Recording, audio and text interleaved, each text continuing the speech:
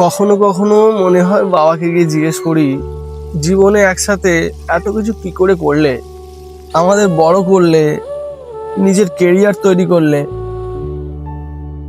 নিজের বাবা মাকে দেখলে, তাদের যত্ন নিলে, আমাদের লেখাপড়া শেখালে, সুষ্ঠু জীবন যাপন করালে, আমার পছন্দের বাইকটাও কিনে দিলে। এত কিছু একসাথে কিভাবে করলে তুমি? সুপারম্যান নাকি? আমি তো এই 87 হাঁপিয়ে গেলাম। তোমাকে বলতেও লজ্জা করে, আর পারছি না, কি করে বলবো? তোমার মধ্যে শিক্ষা ছিল না, তোমার কাছে তেমন স্কোপ ছিল না, তারপরেও তুমি সবকিছু করে নিলে।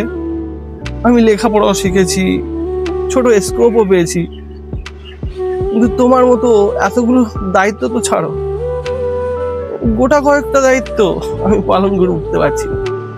মনে হচ্ছে এতটুকুতেই হাঁপিয়ে গেছি।